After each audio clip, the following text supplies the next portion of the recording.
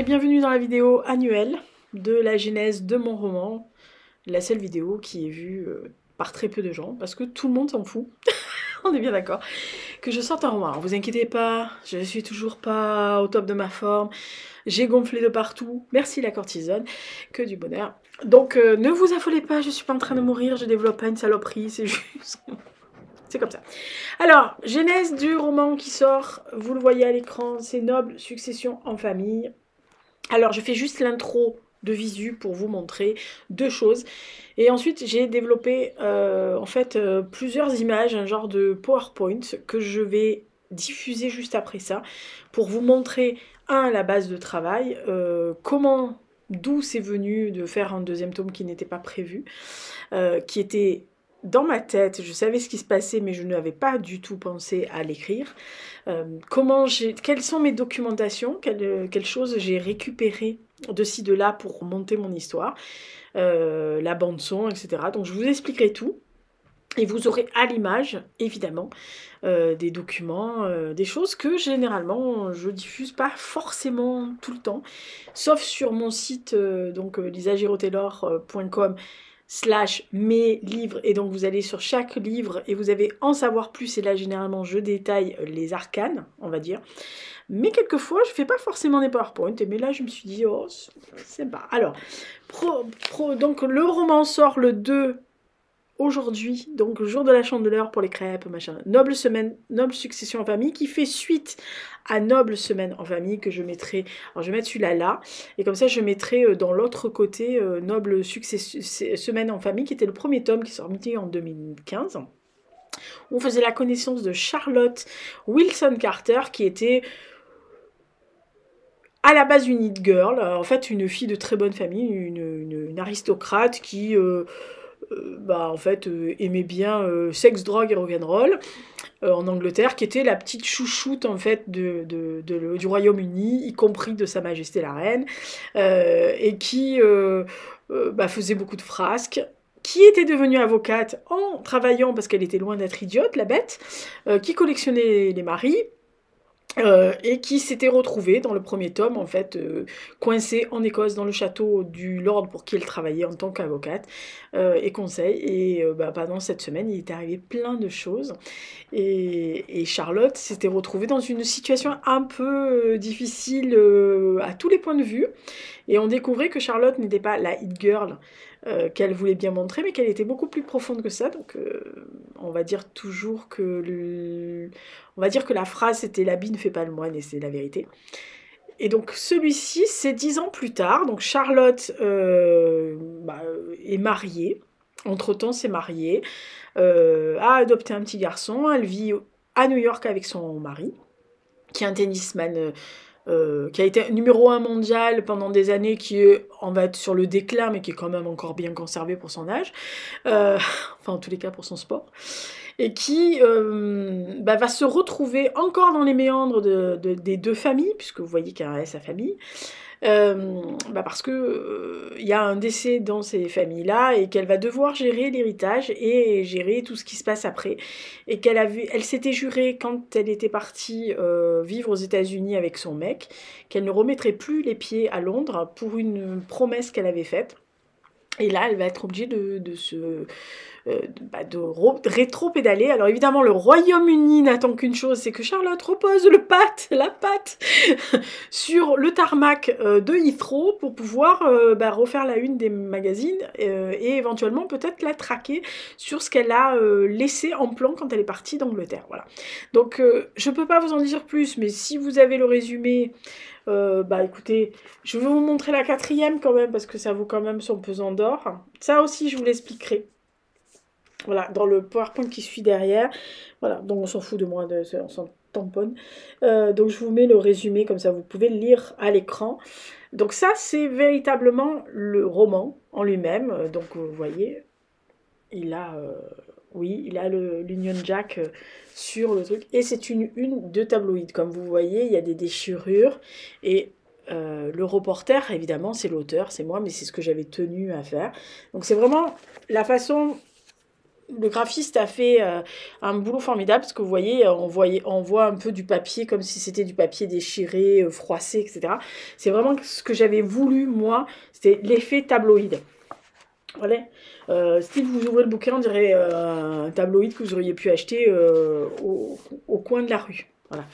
Donc, j'espère que ça va vous attirer ce que je vais vous dire, puisque je vais vous, bien sûr, relire le résumé, je vais vous expliquer un peu, pas trop, hein, n'exagérez pas. Je vais vous montrer quand même quelque chose que je montre rarement, c'est vrai.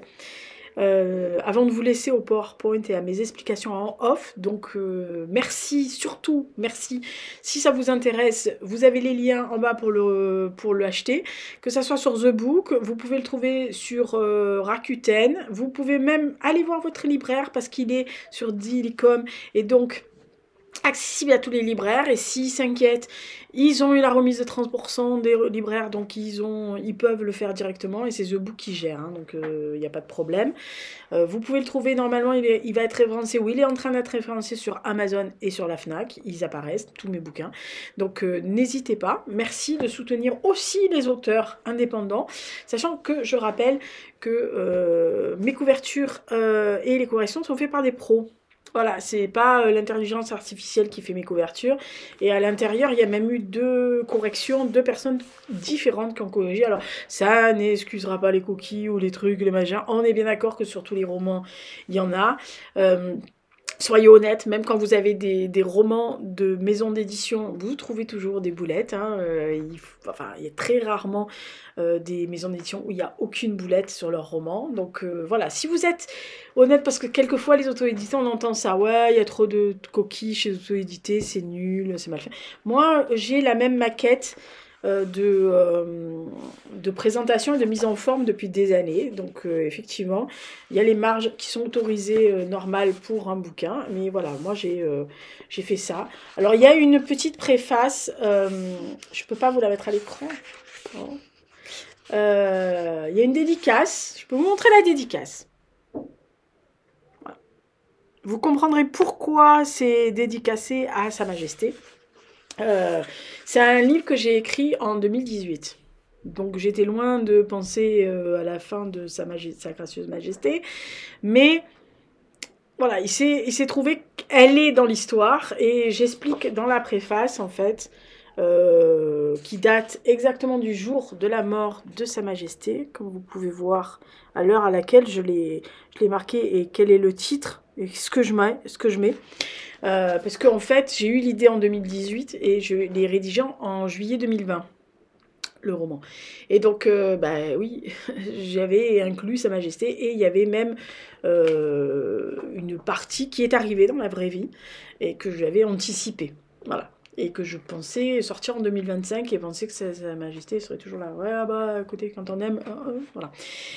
Mais ça, c'est quelque chose que je vous expliquerai peut-être en off ou que vous verrez si ça vous intéresse. Mais ça, c'est quelque chose que vous voyez rarement. C'est mon document de travail. Donc, vous voyez la photo. Ah oui, alors photo, c'est Bibi qui l'a faite. Ah, c'est pas moi sur la photo. Ça se voit quand même que c'est pas moi sur la photo. D'accord. Non, c'est moi qui faisais les photos de mode à l'époque, quand j'étais jeune et belle. Mais c'est ma photo. Enfin, c'est moi qui ai pris la photo. Et sur Noble Semaine en famille, j'ai rectifié la couverture, qui à l'époque était une autre femme sur la couverture. La couverture avec l'autre femme était parfaite, hein, il n'y avait pas de problème. Le mannequin de l'époque était très bien, très très bien. Mais comme je faisais cette photo avec cette personne, qui n'est autre que meilleure amie, il me fallait sur la couverture du premier, meilleur ami aussi, 10 ans avant, en gros. Voilà, pour que ça fasse un équilibre. Voilà, que ça balance. Donc voilà, Noble Semaine en famille a eu une réédition que pour la couverture. J'ai pas touché le texte, bien sûr, mais que pour la... Et ça, c'est quelque chose que vous voyez pas. Alors, vous avez vu, la couverture, elle est coupée. Enfin, la photo est coupée. Là, c'est la vraie photo. Voilà, photo dans son entier. Alors, je vous préviens, c'est vrai, il n'y a rien qui est tenu. C'était c'est un voile que j'ai fait moi-même.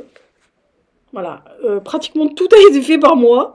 J'ai mis, je sais plus, je crois, une trentaine d'heures pour le voile de Carole. Pour le faire à la main, hein, tout, voilà, tout est fait.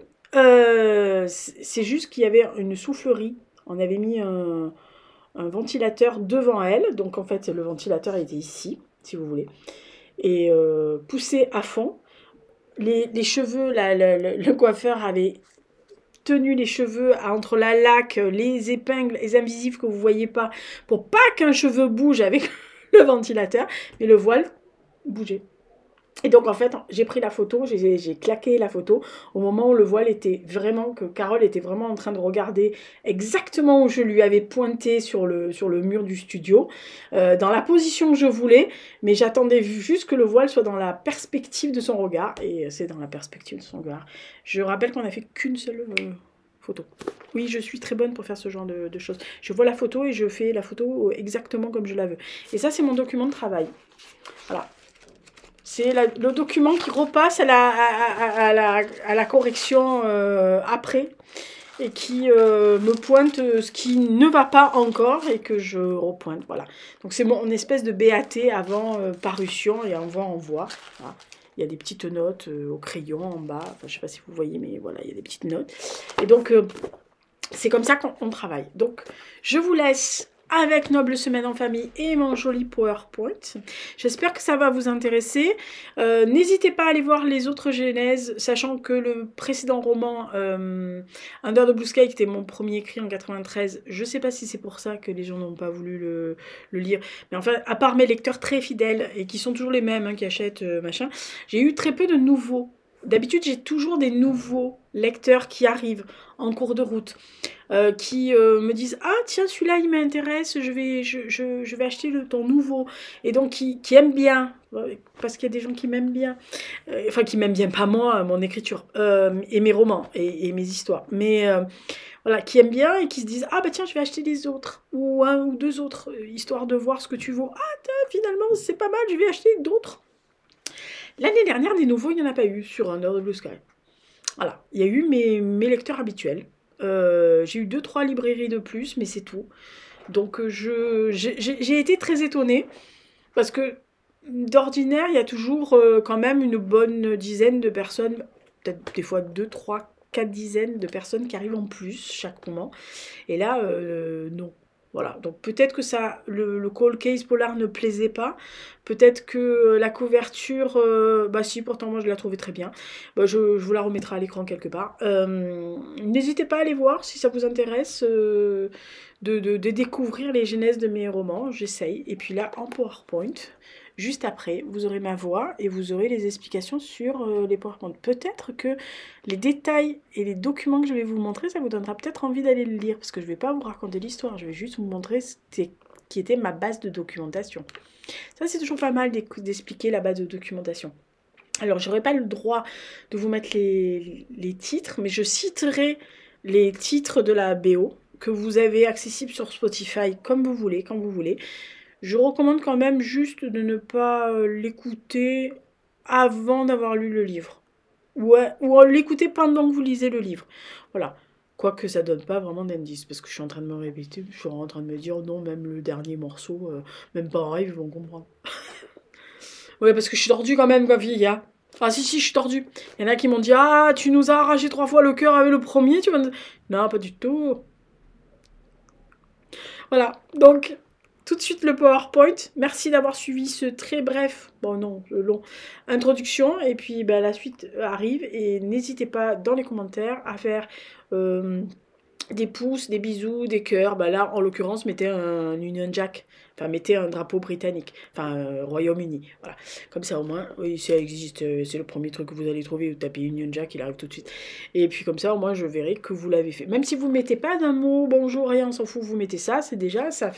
Ça montre que vous avez au moins regardé la vidéo jusqu'à la fin, enfin au moins à l'intro, sinon vous ne savez pas que je vous ai demandé une nunjack. Et puis écoutez, vous avez tous les liens dans la barre d'infos pour aller l'acheter, pour aller voir ce que j'en ai fait pour la présentation sur mon site, pour aller écouter la bande son, pour voir le PDF. Je vous mettrai ça sur le drive, comme ça vous pourrez aller voir le PDF si ça vous intéresse. Celui que vous allez voir tout à l'heure, vous pourrez le visionner bien comme il faut, ou carrément le regarder désespérément. Voilà. Donc recherche nouveau lecteur désespérément. Ça c'est bien. C'est une approche débile ça, Lisa. Bon. Allez, je vous laisse avec Noble Semaine en famille, Charlotte, Wilson, Carter et Andrew. Oui, je sais, là. Si j'oublie, il y a les fans d'Andrew qui vont gueuler. C'est surtout à cause de lui que j'ai dû faire la suite pour certaines personnes. Alors je ne me remercie pas. Si, ah bah je vais peut-être le dire à la fin. Non, je le dis maintenant parce que comme ça au moins c'est fait. Ah si, bah, je vais faire ça. Je ne remercie pas tous ceux qui sont dans les remerciements. Vous voyez tous ces gens-là qui m'ont harcelé depuis des années pour que j'écrive la suite. Ouais. Depuis 2015, ils me harcèlent. C'est du harcèlement moral envers auteur. Maltraité quand même. Hein. Allez, tout de suite au PowerPoint sur ma documentation sur Noble Semaine en famille. Et Noble Succession en famille, parce qu'il y a les deux sur le PowerPoint. Merci d'avoir suivi donc présentation à la genèse de Noble Succession en famille. À tout de suite et ciao. Pour cette sortie, en fait, j'ai pensé que le mieux, c'était de vous montrer mes documents de travail. Vous allez voir, ça rassemble des documents, des lieux, des vêtements.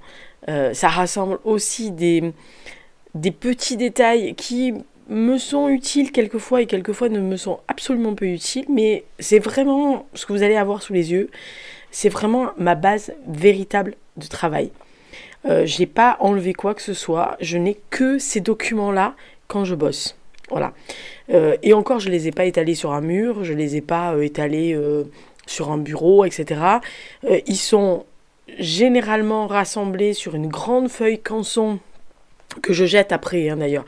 Je découpe et je colle sur cette feuille canson que je regarde de temps en temps. Je dois avouer que j'ai regardé un peu plus les lieux, en fait. Vous allez voir les images, etc., pour mieux les décrire.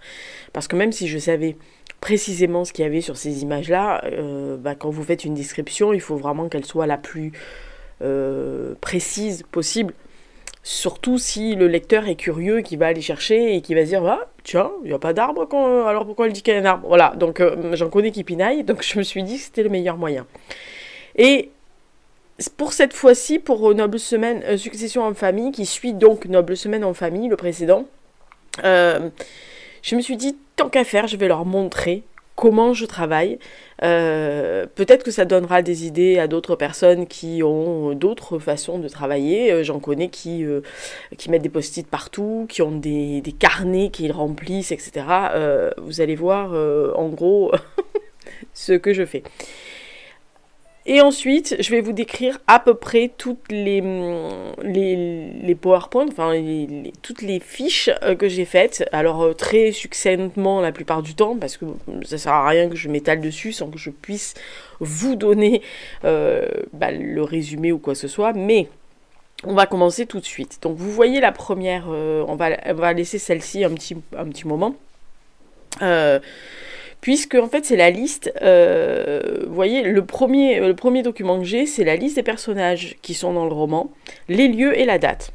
Alors, plus détaillé que ça, tu meurs, hein, puisque les lieux, Londres et New York, date 10 ans plus tard, et donc Charlotte Wilson Carter, sachant qu'il y avait les autres, hein, mais voilà, dans les personnages, il n'y a que celle-là que j'avais marquée, et comme vous pouvez le voir à côté, il y a la nouvelle couverture, mais ça, à chaque fois, voilà, sur le document de travail, je l'ai fait pour que vous puissiez voir la couverture dans son ensemble, mais là, généralement, sur mon document de travail, il n'y a pas encore la couverture. La plupart du temps, les graphistes ne l'ont pas sorti, donc ou en tous les cas, il y a une ébauche, mais je ne mets pas celle-ci. Et à côté, comme vous pouvez voir, avec mon écriture, il y a écrit 22 février 2018, résumé fin, Noble Semaine en famille, en vue du gagnant du concours de la boxe de l'arbre à palabre, puisque j'avais sorti pour 2-3 ans après que Noble Semaine soit sortie, on avait fait une box avec Lydie Sulmona, qui est une poétesse et qui fait beaucoup de choses, et qui à l'époque avait créé une box littéraire qui était très intéressante et très intelligente, surtout dans le cadre de son activité sur l'arbre à palabre, qui était sa société. Et le gagnant du concours devait recevoir en fait un résumé, s'il le sollicitait, de ce qui arrivait après. Voilà, donc vous voyez bien, hein, il y a écrit 10 ans plus tard. Et mon résumé, c'est ça. Alors c'est un peu plus long, il y a un recto verso, mais cette taille-là, à peu près. Donc c'est vraiment sur ce que je... La plupart du temps, si je fais... Enfin, c'est très rare que je fasse des suites. Généralement, il n'y a pas le résumé. Le résumé, mon résumé en gros de chaque roman, et le résumé que vous voyez en 4e de couverture. Voilà. Tout, si vous prenez mes romans, si vous avez l'habitude, tous mes romans, le détail du résumé du livre et le détail que vous avez en 4e.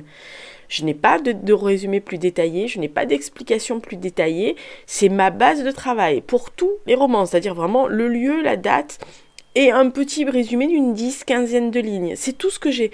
Je ne suis pas du tout le genre d'auteur qui détaille, qui fait une synthèse absolue sur 26 pages, etc. de tout ce qu'il va avoir. Ah non, non, non, moi, voilà, c'est succinct chez moi. Hein. Voilà, c'est pour ça, c'est mon esprit qui travaille. C'est le débit du dessus, le cerveau. Mais sinon, tout le reste, véritablement, c'est exactement contenu dans cette page-là. Voilà. Je ne peux pas vous montrer celui que je suis en train de rédiger, qui sera donc celui de 2031, mais c'est pas plus gros. Alors, tout à l'heure, dans la vidéo, je vous montrais, je vais le dire tout de suite, je vous montrais le document partiellement, qui avait lieu à la dédicace que j'avais adressée à Sa Majesté, et le fait que j'avais mis tout simplement une notice, enfin une préface, où j'expliquais pourquoi. Parce qu'en fait, la reine, dans ce roman-là, donc dans Noble Succession en famille, est un élément assez important, puisque elle va amener... Alors, pas volontairement, mais de façon indirecte, elle va amener des rapprochements au sein des familles et au sein des relations qui se passent entre Charlotte et Andrew. Alors, je rappelle, Noble Semaine en famille, je vous en parlerai juste après parce qu'il y a la deuxième partie du PowerPoint est sur Noble Semaine en famille.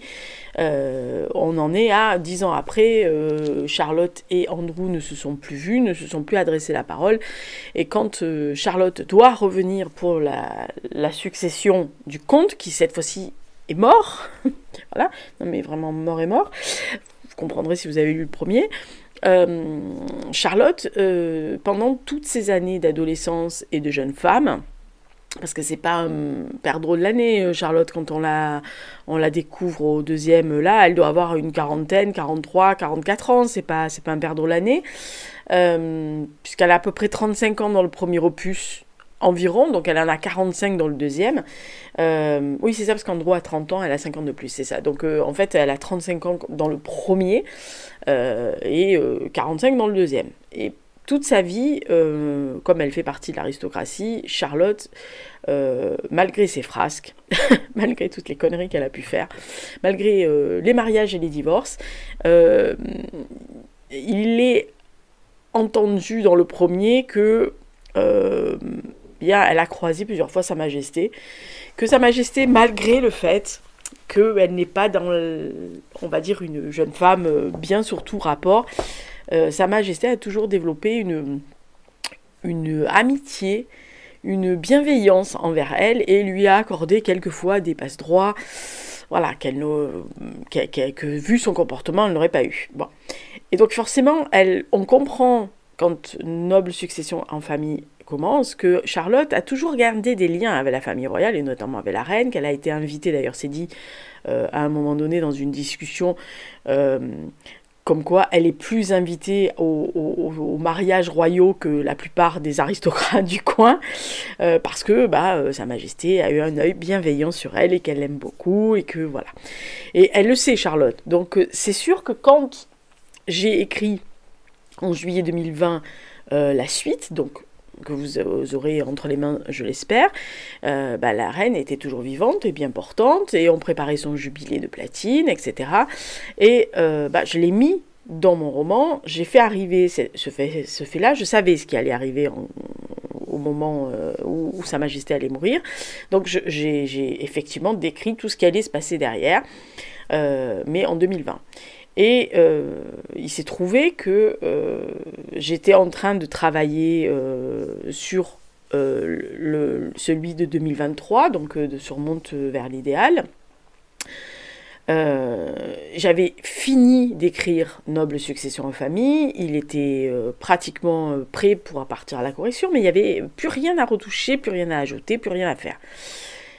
Et en fait, Sa Majesté est décédée. Et je dois avouer que après avoir pleuré toutes les larmes de mon corps, déjà quand j'avais rédigé les parties dans le roman, mais quand elle est morte, je me suis dit, ce 8 septembre, après m'être pas remis du choc, parce que j'ai toujours un peu de mal, mais après avoir passé le choc vers les 23 heures, de me dire, ah ouais d'accord, bon donc, et il s'est trouvé que mon document de travail, que vous avez vu tout à l'heure, était sur la table. Et là, je me suis dit, qu'est-ce que je fais? Est-ce que je change le texte parce qu'elle est plus là et qu'il va falloir que je modifie les passages pour m'adapter à ce qui allait être après, et donc inclure le roi Charles et plus non que ça Élisabeth, ou je gardais tel que c'était. Et en fait, j'ai refusé de changer le texte dans ma tête. En une fraction de seconde, je me suis dit, égoïstement, il doit sortir en 2025. Si je garde les passages tels quels jusqu'en 2025, égoïstement, je garde Sa Majesté jusqu'en 2025. Je voulais pas la changer, je voulais pas qu'elle soit effacée de l'histoire, parce que à la fin, et vous verrez si vous le lisez, il y a une justification qui s'explique, elle y était, je la trouvais très belle, et je me disais, c'est vraiment très bête, en fait, de ne pas mettre ce moment-là, et d'effacer, entre guillemets, de coller à la réalité. C'était un roman, il a été écrit en 2020, elle était encore là, je l'ai faite, entre guillemets, mourir pour moi, à l'époque, en 2025, eh bien, pour moi, c'était comme ça, et ça devait rester comme ça. Donc c'est vrai que j'ai préféré le marquer tout de suite, parce que pour moi, c'était évident. Donc j'espère que voilà, personne ne dira. Donc voilà, vous avez automatiquement ce qui se passe. Deuxième chose que vous voyez donc à l'écran, c'est les robes de Charlotte. Alors ces robes existent vraiment, hein, ça c'est fait. Vous avez du Dior, vous avez, si je m'abuse, du Burberry sur la droite. Voilà, donc c'est des robes que j'avais déjà repérées, parce que Charlotte est une sublime fille, même à 45 ans, elle a toujours porté des robes de créateurs. Quelquefois, d'ailleurs, dans le premier, on comprend que les créateurs travaillent quelquefois que pour elle, enfin, lui font des choses sur mesure que pour elle, etc. Et ça, c'est des robes qui vont compter dans la vie de Charlotte, dans 3 épisodes de la vie de Charlotte que vous voyez, que vous lirez, c'est ces robes-là. Donc c'est pour ça que moi j'ai tenu à faire quand même ce document de présentation, parce que quand on lit, même si je les ai très bien décrits, eh bien j'avais envie que la lectrice, parce que là le lecteur, je pense que la robe il en a un peu rien à faire, que la lectrice allait se dire, ouais mais les robes elles ont l'air belles et tout, là vous les avez sous les yeux. Voilà, donc vous imaginez Charlotte Wilson Carter dans ces 3 robes. Ah quel garçon pourrait résister à ça quand même. Bon bref. Autre, on va dire, image que vous avez, slide, oui, ça fait très... j'ai l'habitude tellement de dire slide au bureau que je dis slide tout le temps maintenant. Vous avez l'appartement. Alors, c'est Charlotte, vous voyez, l'appartement de New York, et j'ai mis, si, il existe, il était en vente. Oui, parce que quand je cherchais, je voulais qu'elle soit à New York, je voulais une certaine vue, je voulais un certain endroit. Donc j'ai lâché mes chiens, en fait mes potes qui vivent à New York, et je leur ai dit, écoutez, voilà, je cherche tel endroit. Alors je voyais à peu près le quartier, mais je lui disais, ouais, ça serait pas mal que ça soit dans ce quartier-là, etc. Mais je veux vraiment quelque chose de tel truc. Et il y en a un qui m'a dit, attends, bouge pas, je vais commencer à regarder les avis de vente, etc. Enfin, les petites annonces de vente immobilière et tout. Et un jour, il m'a dit, oh, attends, va sur ce site-là. Ils ont des sublimes appartements en vente, mais des trucs à 10, 15, 20 millions de dollars. Vas-y, parce que y en a un, là, actuellement, qui est... c'est irréel. Donc, il m'envoie le truc. Vous avez le plan en bas. Pardon, excusez-moi, je vais être obligée de tousser. Je vous reprends tout de suite.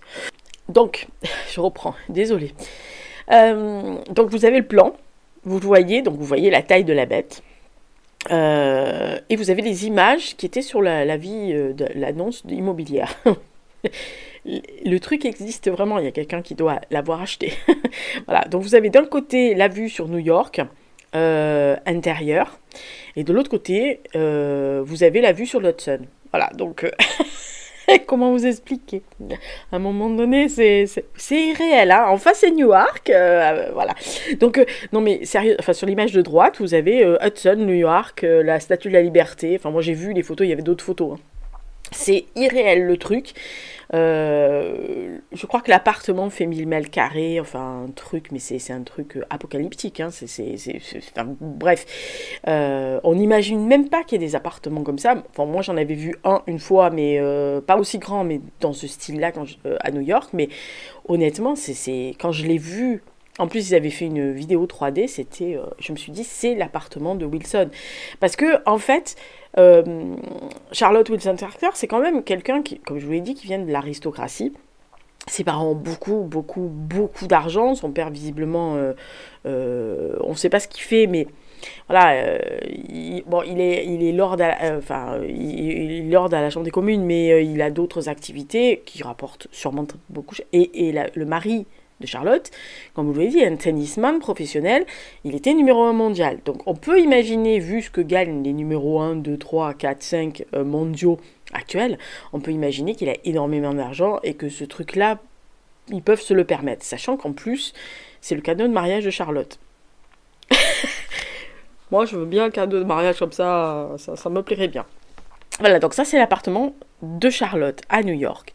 Ceci c'est la maison d'Andrew à Londres. Et si, elle existe aussi vraiment, elle était en vente quand j'ai écrit. Je cherchais exactement ce genre de maison-là, dans ce quartier-là exactement. Si vous voulez savoir, c'est dans le bouquin. Et je voulais qu'il y ait un petit jardinet à l'arrière. Et ces façades typiquement londoniennes, très avec les bow windows, etc., avec plusieurs étages. Et je voulais qu'on voit qu'il y ait une terrasse, donc comme vous pouvez le voir, une terrasse avec encore des pièces en haut, parce que justement c'était justifié dans la vie de Andrew, qui lui aussi est marié, qui est cette maison-là, parce que ça justifiait certains événements dans son couple et dans sa vie. Voilà, donc c'est vraiment des appartements et des endroits qui existent. Donc j'ai piqué les agences, enfin les annonces des agences immobilières pour pouvoir en fait coller à ce que je voulais. Alors évidemment, j'ai décrit, j'ai pas tout décrit, mais j'ai décrit. Donc si vous voyez lisez la description et que vous voyez ça, vous allez vous dire ah ouais, effectivement, c'est à peu près les mêmes. Autre slide qui est un lieu important. C'est la tombe de Fanny Brown. Je suppose que vous savez qui elle est, mais c'était la fiancée et l'amoureuse et la muse de John Keats.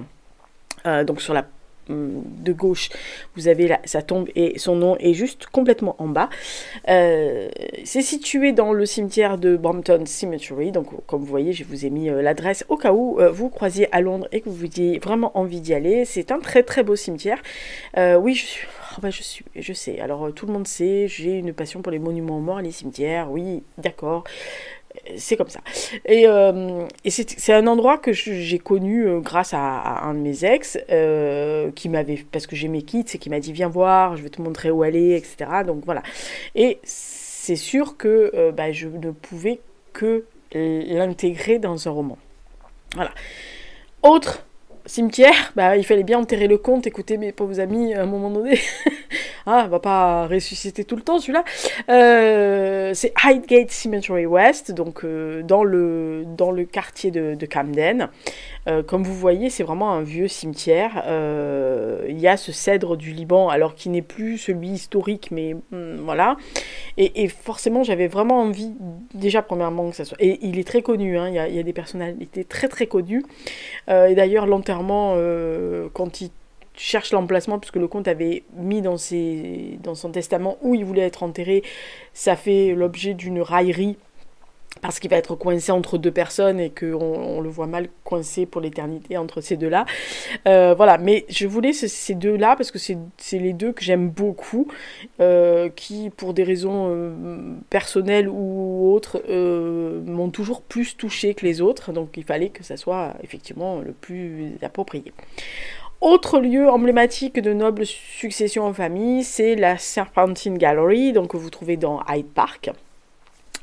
Qui est un lieu d'exposition, il y a un salon de thé aussi, c'est un lieu d'exposition d'exposition temporaire. Il y a une librairie à l'intérieur, une librairie d'art à l'intérieur, etc. Et il y a moi j'ai organisé un repas à l'intérieur, ça se privatise, hein. C'est très cher, mais ça se privatise.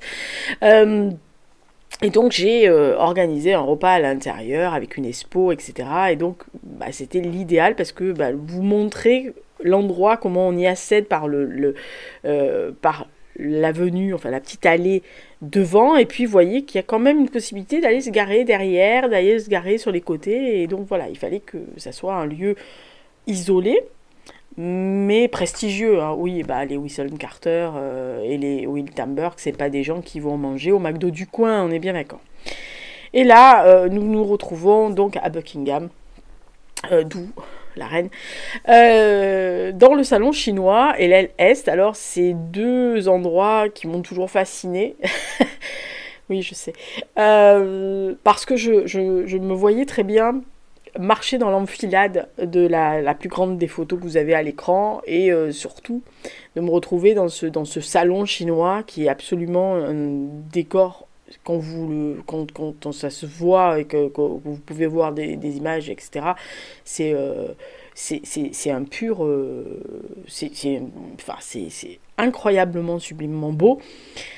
Et il fallait qu'il y ait au moins un événement qui se passe là, qui fasse que Charlotte se retrouve dans ces endroits, parce que Charlotte, avec ses robes, marchait là-dedans. Moi, je vous imagine bien l'histoire. Et deuxième, évidemment, endroit, c'est le salon vert et le grand escalier que vous avez sur la droite. Salon vert, vous voyez bien pourquoi il s'appelle le salon vert. Et le grand escalier, c'est l'escalier que généralement, nous, le commun des mortels, on ne voit pas des masses, mais bon, voilà. Donc, il fallait qu'il y ait un endroit à Buckingham automatique. Donc là, vous avez, après tous ces lieux, donc vraiment, c'est mes documents de travail, hein, c'est des choses que j'ai coupées. Et depuis que j'ai fait la correction et qu'il a été envoyé à l'imprimeur, le grand canson, je l'ai jeté. Voilà, donc j'ai que les slides, mais je n'ai plus le canson parce que j'ai fait des photos et je l'ai agencé comme ça, et en fait je garde que le PDF, hein, pour vous dire que je garde pas beaucoup de choses, hein. Et vous avez donc là la BO. Alors je vous mettrai en lien dessous la BO de Noble Succession en famille. Vous aurez donc pas mal de chansons, il y en a 17. Parmi lesquelles vous avez tout un panel, les 8 premières sont Arctic Monkeys, mais qui résument à la fois Noble Semaine en famille, qui résument l'état d'esprit de Charlotte, de Andrew dans les 30-40 premières pages, grand maximum. Et ensuite, vous allez voir, il y a vraiment une rupture dans la BO, rupture qui est faite par Elton John et Kiki Dee avec Don't Go Breaking My Heart, qui vraiment lance la deuxième partie du roman. Et donc après, vous avez des choses aussi diverses que Miles Kane, les Rita Mitsuko, Edgar Elgar pour Pump and Circumstances, vous avez ABBA, vous avez encore Arctic Monkeys, etc. Mais vous avez des chansons qui illustrent les états d'esprit de certains personnages, pas tous.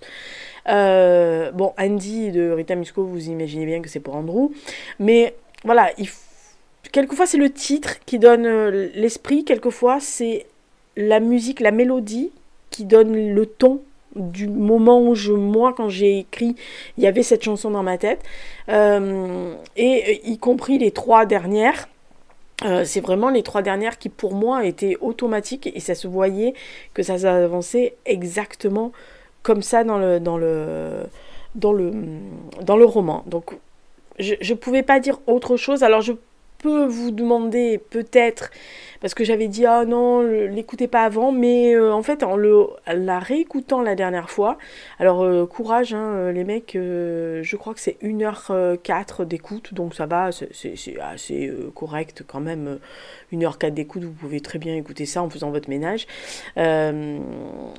C'est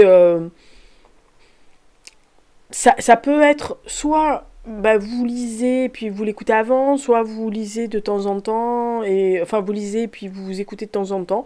Moi je trouve que c'est une perspective différente quand on le lit ou quand on l'a lu, d'écouter, parce que vous allez vous rappeler certaines choses. Donc, voilà. Je le fais à chaque fois, donc il n'y a pas de raison. Et évidemment, bah, on va dire les personnages principaux. Tout à l'heure, je vous ai expliqué l'histoire de la couverture, donc je ne vais pas y revenir. Mais c'était important. Voilà, il y avait vraiment une importance que je fasse ça et que je fasse véritablement bah, ce travail-là. Alors, on va passer à Noble Semaine en famille, si d'autres ne veulent plus, parce que vous avez qu'à aller voir la Genèse, mais en tous les cas, j'avais pas montré ça pour la Genèse. J'ai fait pareil, je vais passer rapidement, comme vous voyez. À l'époque, j'avais fait l'itinéraire et le lieu d'arrivée de Charlotte en Écosse, parce que ça se passe au début en Écosse. Donc voilà, elle prenait un avion, elle allait au nord de l'Écosse, elle arrivait donc dans ce château. Tout se passait en gros dans ce château, mais en hiver, mais il existe. Hein. Voilà. Autre chose que j'avais mis, c'était vraiment la robe de Charlotte quand elle arrive. C'est la scène d'ouverture quand elle arrive en 2015. À gauche, vous avez une serviette de table avec l'Union Jack, parce que j'étais dans un restaurant quand l'idée de la robe m'est venue. D'ailleurs, vous pouvez voir que j'ai mis resto, dîner, d'ailleurs écrit Bertrand et ses potes, très ennuyeux parce que j'ai dû me faire chier à un moment donné. Donc j'ai dessiné sur la nappe, et vous voyez qu'il y a écrit 2010 en bas à gauche de la robe. Donc vous voyez à quel moment j'ai créé Charlotte. Donc il est sorti en 2015, vous voyez 2010, j'étais déjà dessus. Et à côté, c'est le lendemain, quand je suis voilà, à la maison tranquille, je me suis posée, j'ai repris mon dessin et je l'ai fait au propre, entre guillemets, c'est pratiquement le même, et j'ai mis des explications, voilà, arrivées, j'ai créé les chaussures, parce que j'avais fait, vous voyez, un dessin de chaussures trop classique en bas, j'ai mis trop classique et j'ai fait un deuxième dessin et j'ai dit c'est exactement ce que je veux, voilà. Sachant que dans mes souvenirs, c'était McQueen qui l'avait habillé, je crois. Mais bon, en tous les cas, c'était une robe de créateur.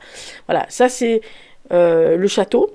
Donc quand elle arrive, donc Charlotte arrive devant le château là où vous voyez la neige, donc vous voyez c'est Glamis. Et de l'autre côté c'est le château actuel. Voilà, donc le chemin, tous les endroits sont des endroits vraiment que j'ai décrits dans les bouquins. Idem pour le parcours qu'elle va faire en train encore entre Liverpool et Londres, donc il était évident que je mette le parcours parce que c'est un truc que je connais bien, Lime Street Station, c'est quand même un endroit que j'aime beaucoup, et le train, les deux trains, alors celui de gauche c'était le moche, enfin c'était celui de l'époque, celui de droite c'est le nouveau. Ah bah écoutez, oui, ils ont modernisé quand même, hein, parce qu'à un moment donné c'était un peu chiant. Et vous avez les périmètres d'Andrew et de Charlotte à l'époque pour le Noble Semaine en famille. Donc à droite, elle était vraiment sur South Kent et lui, il était plus du côté Hyde Park Corner. Voilà, mais ils vivaient dans le même périmètre, hein, donc assez huppé. Mais vous voyez, ils avaient un périmètre bien défini, donc ils ne se croisaient que très rarement, d'où les explications. Pareil, bande son de Noble Semaine en famille. De toute façon, il y a tous les titres là. Elle était très restreinte celle-là. Donc vous voyez, c'est Arctic Monkeys qui commence. Vous avez Duran Duran, Gorillaz, Divine Comedy, Cutting Crew, Katy Perry, ce qui est quand même assez exceptionnel, Blur, oui ça arrive,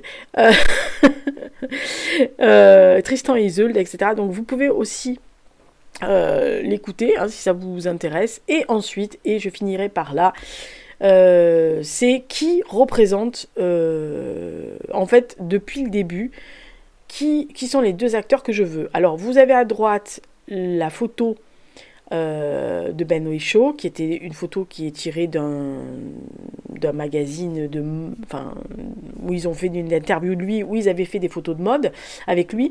Je voulais absolument, alors honnêtement, Andrew et Ben Whishaw et Andrew depuis pratiquement le moment où je me suis posé la question de qui pouvait éventuellement peut-être représenter Andrew, c'est-à-dire quand je finis un roman, j'aime bien, ça m'amuse de chercher qui pourraient être les acteurs et les actrices que je pourrais être. Jamais avant.